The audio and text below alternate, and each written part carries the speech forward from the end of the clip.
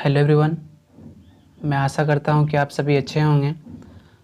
आज के इस वीडियो में आप जानने वाले हो सेमेस्टर 4 पॉलिटिकल ऑनर्स में कोर पेपर 8 का कुछ मोस्ट इम्पॉर्टेंट क्वेश्चंस। जैसे कि आप लोगों को पता है कि हमने सेमेस्टर 2 में जो है पॉलिटिकल साइंस के कुछ प्रश्न बताया था और आप लोगों ने काफ़ी पसंद किया। आप लोगों ने जो है सेमेस्टर 3 में पॉलिटिकल ऑनर्स का जो है प्रश्न पूछा था, लेकिन मुझे समय नहीं मिल पाया, जिसके कारण मैं आप लोगों के लिए प्रश्न नहीं ला पाया। लेकिन इस बार जो है मैंने सोचा है आप लोगों के लिए पॉलिटिकल ऑनर्स का सारा प्रश्न अपलोड कर दूं। तो आप लोगों का अगर अच्छा सपोर्ट रहा, अच्छा रिस्पॉन्स मिलता है इस बार, तो मेरा टारगेट है कि लगभग पॉलिटिकल साइंस में 50+ क्वेश्चन इस बार आप लोगों का कराऊँगा मैं।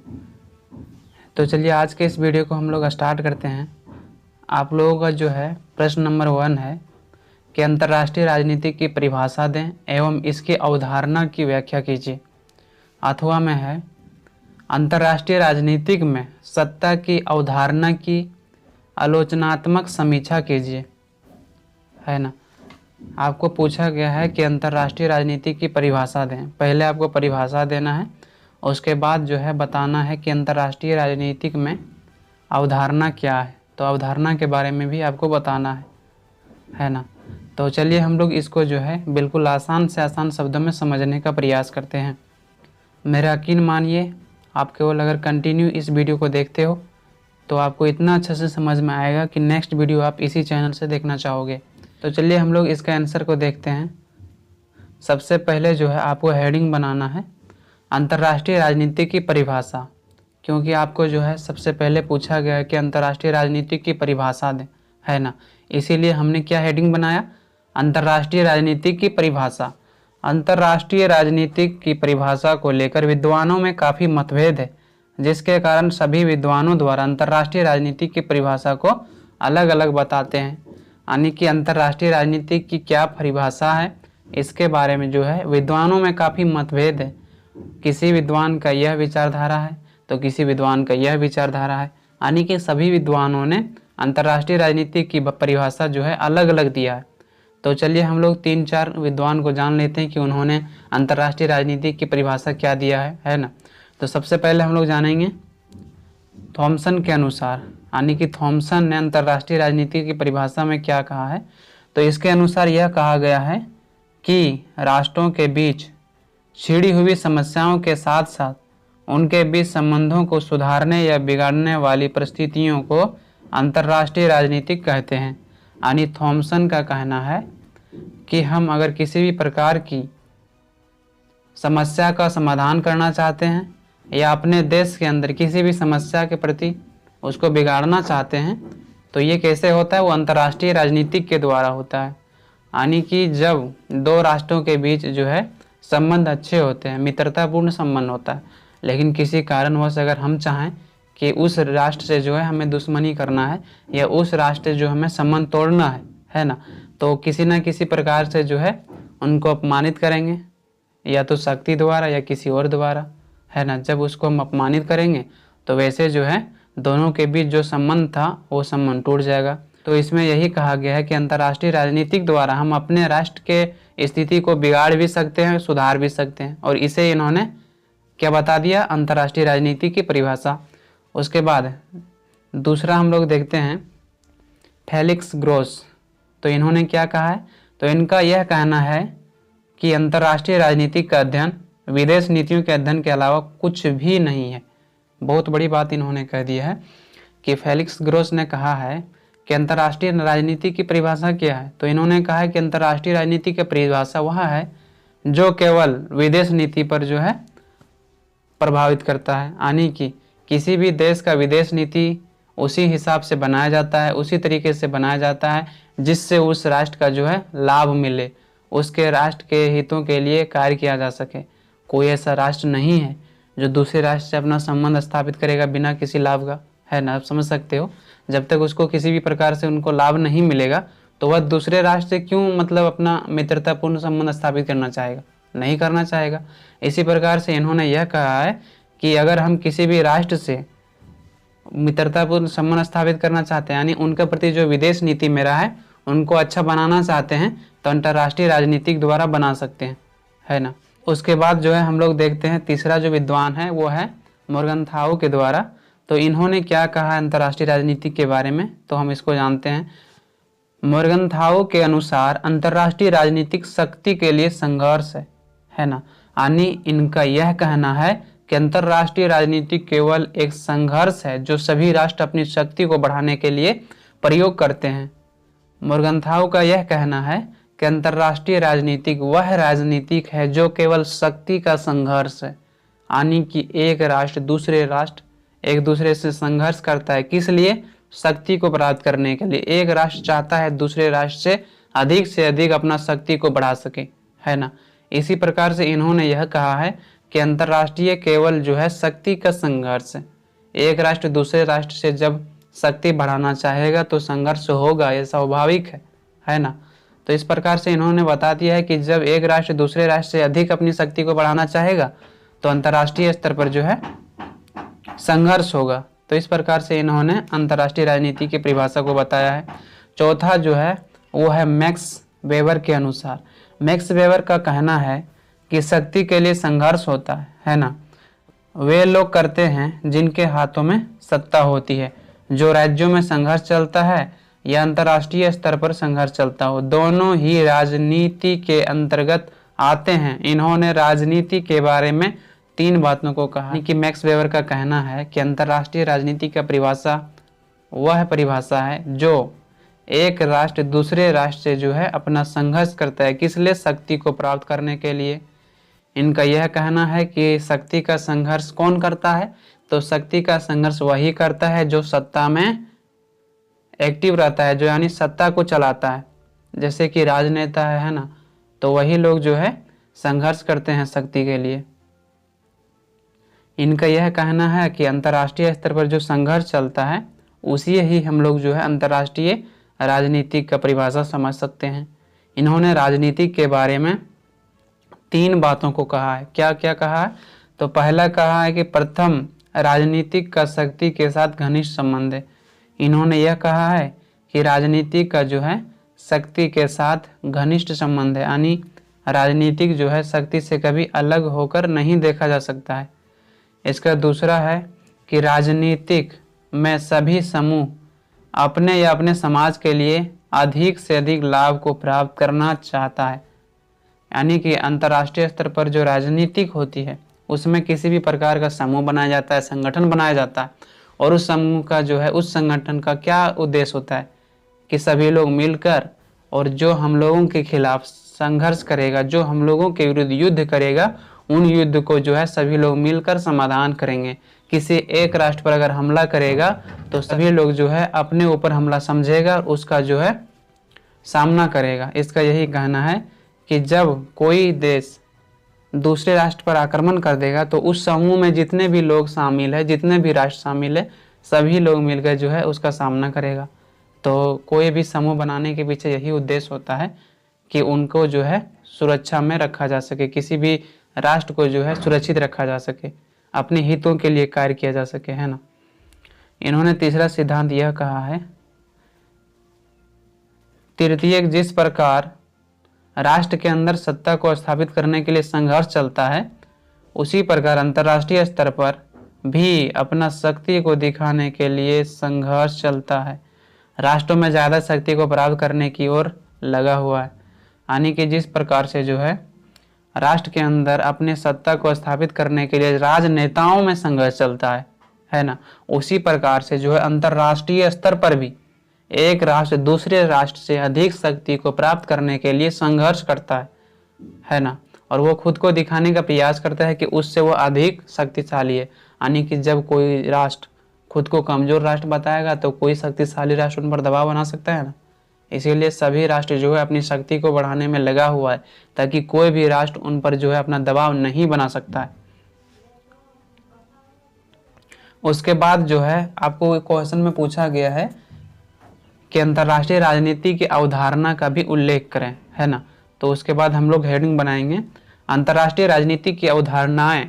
समुदायों के बीच राजनीति की उत्पत्ति इस कारण से होती है क्योंकि प्रत्येक मनुष्य की कुछ आवश्यकता होती है, जो पूरा करना अनिवार्य होता है। जब मनुष्य इन आवश्यकताओं को पूरा करता है तो इन्हें किसी दूसरे मनुष्य से संपर्क में आना पड़ता है। यानी कि इसमें यह कहा गया है कि समुदाय क्या है और आखिर समुदाय की आवश्यकता हमें क्यों है ना। सोचने वाली बात है। तो समुदाय इसलिए हमें बनानी आवश्यक है क्योंकि यहाँ पर जो है प्रत्येक मनुष्य का कोई ना कोई उद्देश्य होता है ना। जब उनका कोई ना कोई उद्देश्य होगा, जैसे कोई डॉक्टर बनना चाहता है, कोई इंजीनियर बनना चाहता है, कोई और कुछ बनना चाहता है, तो सभी का अपना अपना इच्छा है, अलग अलग है ना।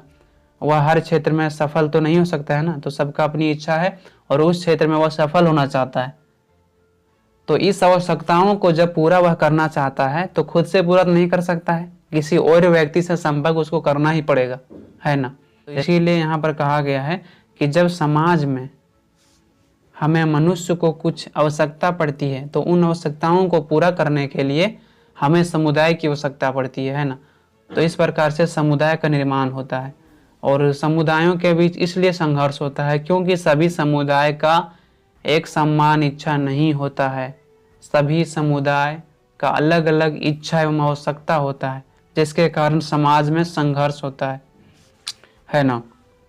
इसी कारण से समुदाय को स्थापित किया जाता है। सभी समुदाय की एक जैसी इच्छा आवश्यकता नहीं होती है, जिसके कारण एक समुदाय से दूसरे समुदाय के बीच टकराव दिखाई पड़ती है। जैसे कि हमने आपको बताया है कि सभी का एक जैसा इच्छा नहीं होता, एक जैसा आवश्यकता नहीं होता, जिसके कारण कोई भी इस क्षेत्र में अपना अधिकार प्राप्त करना चाहता है तो कोई इस क्षेत्र में, जिसके कारण मनुष्य के बीच जो है, समुदाय के बीच जो है संघर्ष होता है। इसी प्रकार से अंतर्राष्ट्रीय स्तर पर राज्य के लिए राजनीतिक आवश्यकता पड़ती है क्योंकि किसी भी राज्य की इच्छा पूरा करने के लिए दूसरे राज्य से संपर्क करना होता है। सभी राज्य की एक जैसी इच्छा नहीं होती है, जिसके कारण एक राज्य से दूसरे राज्य के बीच टकराव बढ़ती है। यानी कि जिस प्रकार से समुदाय में होता है उसी प्रकार से राज्य में भी होता है। किसी भी प्रकार की इच्छा और आवश्यकताओं को पूर्ति करने के लिए उन्हें दूसरे राज्य से मतलब जुड़ना पड़ता है, उन्हें दूसरे राज्य से जो है इच्छा को पूरा करने के लिए संपर्क बनाना ही पड़ता है। जब तक वह दूसरे राज्य से अपना संपर्क नहीं बनाएगा तब तक अपनी आवश्यकता और इच्छा को कैसे पूरा कर पाएगा, है ना। तो इस प्रकार से जो है राज्य भी अपनी इच्छा को पूरा करने के लिए, अपनी आवश्यकता को पूरा करने के लिए जो है एक राज्य से दूसरे राज्य में अपना संपर्क बनाता है। उसी प्रकार से अंतर्राष्ट्रीय स्तर पर भी एक राष्ट्र दूसरे राष्ट्र के बीच संपर्क इसलिए बनाता है ताकि वो अपनी इच्छा और आवश्यकताओं को पूर्ति कर सके, है ना। तो इस प्रकार से है। उसके बाद हम लोग जानते हैं कि अंतर्राष्ट्रीय राजनीति के स्वरूप। पहला आपको पॉइंट बनाना है वो है अंतर्राष्ट्रीय राजनीति में बदलाव। अंतर्राष्ट्रीय राजनीति के विषय में कई बदलाव होने के बावजूद भी अंतर्राष्ट्रीय राजनीति का केंद्र बिंदु राज्य को ही माना जाता है। अंतर्राष्ट्रीय राजनीतिक राज्य के कार्यों पर ही आधारित होती है। प्रत्येक राष्ट्र को अपने हितों की पूर्ति के लिए अपनी सीमा में रहकर पूर्ति करना पड़ता है। यानी कि अंतर्राष्ट्रीय राजनीतिक में कई बदलाव हो चुके हैं, कई संगठन बन चुका है ना, ताकि अंतर्राष्ट्रीय स्तर पर शांति एवं सुरक्षा को बनाए रखा जा सके। लेकिन फिर भी कई संगठन होने के बावजूद, कई समूह होने के बावजूद जो अंतर्राष्ट्रीय राजनीति का केंद्र बिंदु बना हुआ है वो है राज्य, है ना। जब एक राज्य अपनी इच्छा और आवश्यकताओं को पूर्ति करना चाहेगा तो दूसरे राज्य से उन्हें संपर्क करना पड़ता है।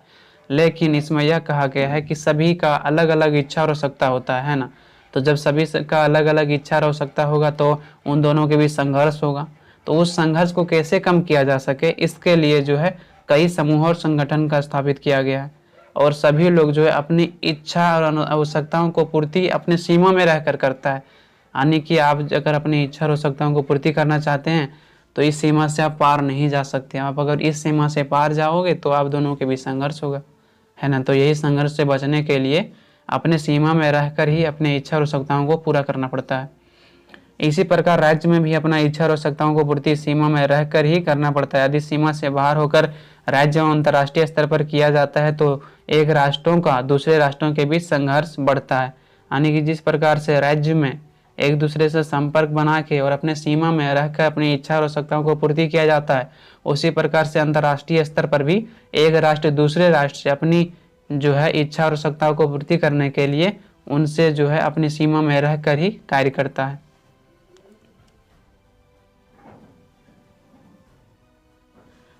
दूसरा जो पॉइंट बनाना है वो है शक्ति का अध्ययन। अंतर्राष्ट्रीय का दूसरा महत्वपूर्ण कारक शक्ति का अध्ययन माना जाता है। जैसे कि द्वितीय विश्व युद्ध के समय सभी राष्ट्र द्वारा अपनी शक्तियों को बढ़ाने के लिए अधिक से अधिक हथियारों को बनाया जाने लगा था ताकि अपनी शक्ति को बढ़ा सके। सभी राष्ट्र अपनी शक्ति को इसलिए बढ़ाता था ताकि कोई भी शक्तिशाली देश दूसरे राष्ट्र पर दबाव ना बना सके, यानी कि शक्ति का अध्ययन होना बहुत ही अनिवार्य है। अंतर्राष्ट्रीय का जो दूसरा सबसे महत्वपूर्ण कारक माना गया है वो शक्ति को माना गया है, जो हमें जो है द्वितीय विश्व युद्ध के समय देखने को मिला, सेकेंड वर्ल्ड वॉर के समय, कि सभी राष्ट्र जो है दूसरे राष्ट्रों से अपनी शक्ति को अधिक बढ़ाने का प्रयास करने लगा था ताकि जो है उन पर कोई भी राष्ट्र दबाव ना बना सके, उन पर जो है कोई भी राष्ट्र अपना नियंत्रण स्थापित ना कर सके, है ना। इसीलिए जो है अंतर्राष्ट्रीय स्तर पर जो है शक्ति को बनाए रखना बहुत ही अनिवार्य है। जब तक आपके राष्ट्र के पास शक्ति नहीं होगा आपको कोई दबा सकता है। उसके बाद है मॉर्गनथाउ ने भी यही कहा है कि अंतर्राष्ट्रीय राजनीति का मुख्य उद्देश्य केवल शक्ति को बढ़ाना है। उन्होंने यह कहा है कि चाहे नैतिक रूप से शक्ति को बढ़ाया जाए या अनैतिक रूप से, लेकिन शक्ति को बढ़ाना अनिवार्य है। शक्ति के बिना किसी भी राष्ट्रों में शांति को स्थापित नहीं कर सकता है। यानी कि मॉर्गनथाउ जो है उनका यह मानना है कि अंतर्राष्ट्रीय राजनीति का जो मुख्य उद्देश्य है वह केवल शक्ति को बढ़ाना है। जब तक वह अपने शक्ति को नहीं बढ़ाएगा तब तक जो है वह अपने राष्ट्र के हितों की पूर्ति नहीं कर सकता है, अपने राष्ट्र में शांति को बनाए नहीं रख सकता है। इसीलिए जो है शक्ति का होना अत्यधिक अनिवार्य है। इसका जो तीसरा पॉइंट आपको बनाना है, तीसरा जो है वो अंतर्राष्ट्रीय संगठनों का अध्ययन।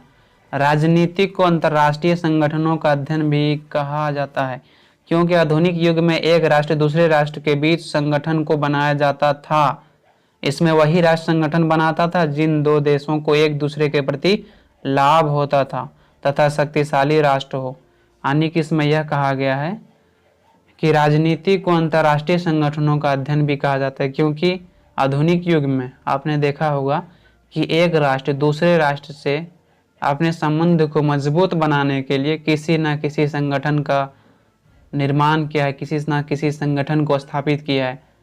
जैसे कि आपने देखा होगा सीटो सेंटो नाटो जैसे कई सैन्य संगठन बन गया है ताकि जितने भी राष्ट्र उसमें शामिल है अगर उन राष्ट्रों में किसी एक पर हमला करता है तो सभी पर हमला समझा जाता है और फिर उस राष्ट्र का जो है वे सभी लोग मिलकर उनकी समस्या को समाधान करता है।